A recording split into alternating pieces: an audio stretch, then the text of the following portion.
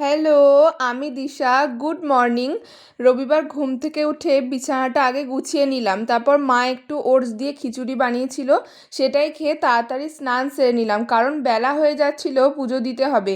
আর সিংহাসন তৈরি করতে দিয়েছে সে কত দিন হয়ে গেল, এখনও দিয়ে গেল না। কবে যে একটু বসে ঠাকুরে ভালোভাবে পুজো দিতে পারবো জানি না। যাই হোক, তারপর খেতে ডাকলো মা। আজ মা পাবদা মাছের ঝাল আর হাঁসের ডিমের ঝোল করেছিল। দারুণ টেস্ট হয়েছিল। আর হাঁসের ডিমের সবসময় তো খাওয়া হয় না, এই শীতকালে বাবা কিনে আনে। আর সব থেকে হাঁসের ডিমের এই কুসুমটা আমার খেতে না খুব ভালো লাগে।